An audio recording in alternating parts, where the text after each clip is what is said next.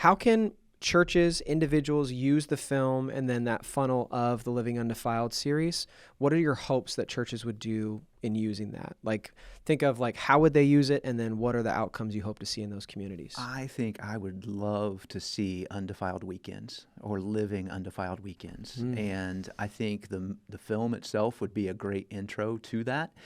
So we have a Friday night film watching, everybody come, and it's really, I don't think it's officially rated yet, but anybody of any age, I think, could watch it and be totally fine with it, of being able to watch it. And then that leads into further conversations that would lead into the material then of life group studies. I think it could even be a series that churches could host and sponsor. Yeah.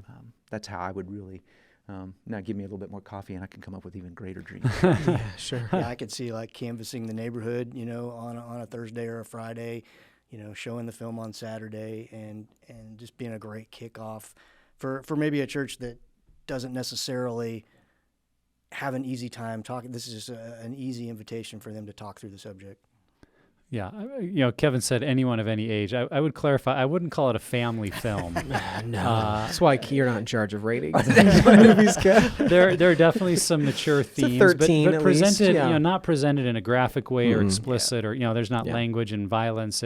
So that it's not that, but there are questions that if your kids haven't been exposed to much or had many of those conversations at home, it's definitely going to create them. So just be aware of that with grade school age kids and below, obviously, that they may be a little confused by some of it. But if you've got kids that are watching the average PG-13 movie today, there's absolutely nothing that's going to be introduced there that isn't fairly commonplace, I think, in some movies. So that to me is, to answer the question as I see it, I think to have churches use it to start the conversation. And we've talked about it a lot, that it is hard to announce anything to do with sexuality and not have people go, put up the walls and, I got to mow the lawn that night, or we're busy, because it feels maybe too personal. But I think if it's a movie where it's like, here, we're just going to watch a movie, and this is a movie night. It's for anyone that wants to come, anyone that wants to, maybe have some great conversation, be really intrigued by something they hear about and learn about. Just come watch the movie.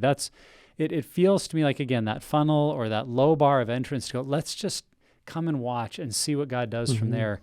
That you may not, as some leaders hear about the follow-up film study and then funneling that into pure desire groups. I mean, that's a whole system that we can absolutely help a church that's ready to implement a ministry and to help men and women in this area. I mean, that's what pure desire does, and that's what the film is intended to lead people into.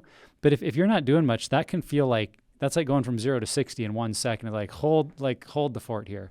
And if that's where you're at, that to me is the value of the movie. Like, just plan a movie night.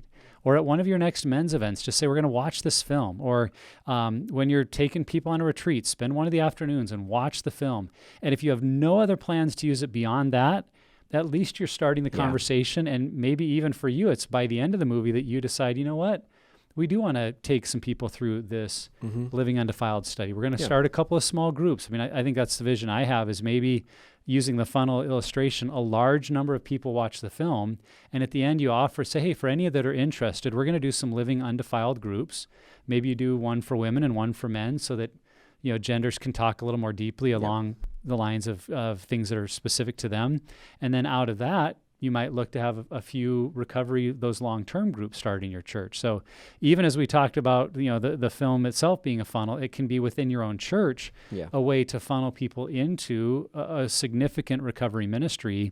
And again, so the more people you can get into the room or the auditorium or to the park or wherever you're going to show it, you have the opportunity then that some will be ready. Now, will everyone who shows up and sits in a chair say, sign me up for the group? No, but we wouldn't expect that, but some will.